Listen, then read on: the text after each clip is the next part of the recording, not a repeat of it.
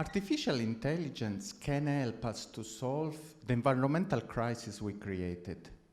And I would like you today to reconsider the issues and the fears that are around artificial intelligence. But what we will do is we will look at some example on how artificial intelligence is applied specifically to solve climate change's problems, but also we will analyze the fears that it creates. But when we talk about artificial intelligence, we have a word, intelligence. I don't feel very suitable to talk about intelligence, so we actually better ask intelligent people. And so the definition is about the ability to change or to adapt to the change. And it wasn't enough for me, so I asked more people. I asked my big brother and my little sister, well, not so little anymore, but still for me. She's a psychologist, he's an engineer, and they gave me totally different answers. One is focused more on the ability to learn, she was more about empathy. And I kept asking to more and more friends, and I kept receiving different answers. Actually, this is the funniest that I received. But the point is that intelligence is a very complex matter. You are getting it only right now, right? It's a very complex matter, and there's no one single definition of intelligence. And intelligence is very complex, and there are many types of intelligence: social intelligence, emotional intelligence, logical intelligence. So definitely it's not something we can, reduce to an IQ test. So, are we intelligent? It's true that we have done fantastic advancement. We have done incredible advancements on the scientific point of view. We have created fantastic tools that help us in many, many fields. And we have done all this in the total respect of our environment. So the idea now is really to mimic that intelligence with artificial intelligence. Interesting, no? But there are two main fears that come with artificial intelligence. The first one is that the artificial intelligence can get so much better than us that actually it will replace our jobs. And the more extreme one is that it will become so strong that maybe it will threaten our species of human beings. But now, let's analyze some examples on how we apply artificial intelligence. Now, imagine you are in a safari. You're taking pictures of the animals, and then these images are used to detect the animals in their safari. But the animals, not the species, you can detect the specific individuals. And so that could be very useful, for example, to track endangered species. Now imagine doing this on a global level, worldwide, using the social media images, and you're able to track all the endangered species that are in there, and you provide this data to all those institutions that are trying to track where the endangered species are. This is something that there is an NGO doing it. It's called Wildbook. It's basically the Facebook for animals. Incredible stuff that can be done with AI. And again, definitely it's not something we will be able to do on such a scale. And it will be a very boring work, imagine comparing all the images to detect those individuals. Another example, until now, basically, to track the pollutions that we are creating, the states are asked to provide that data. So it's a self-reporting from the state, and they do it using some basic calculation on their production, but they also ask corporations to self-report how much they're polluting. You see the issue, right? There is a slight little risk that they might not be totally transparent about it.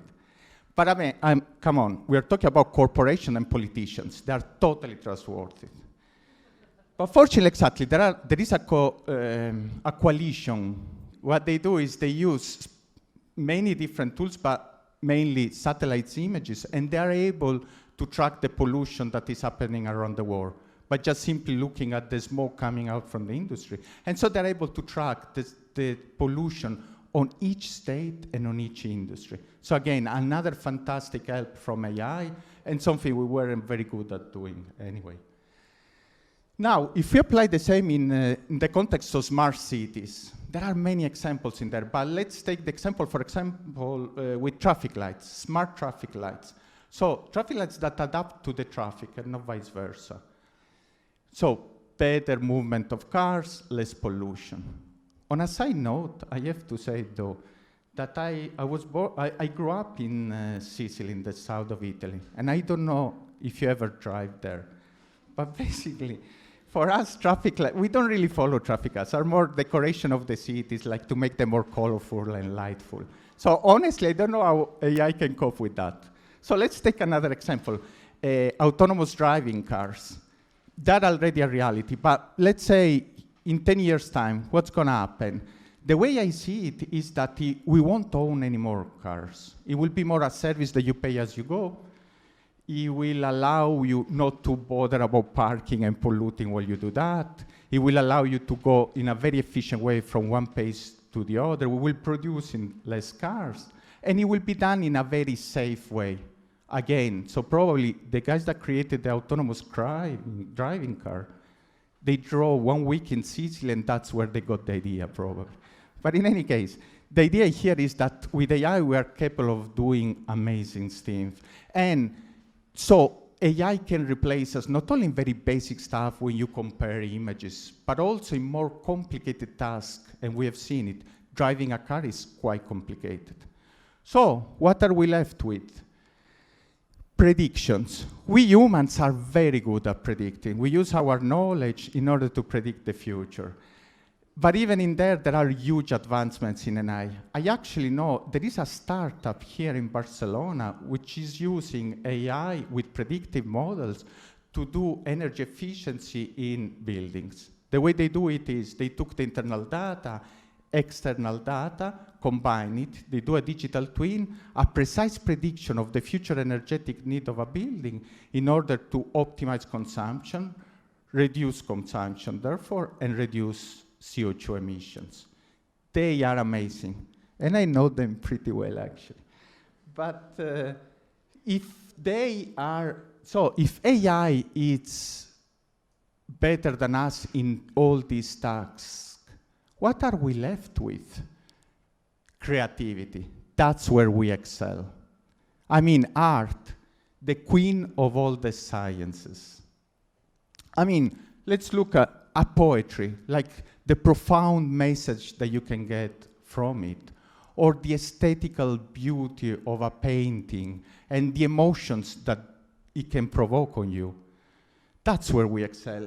This is one of my favorite paintings. It was sold for $400,000, and it's a very mysterious portrait.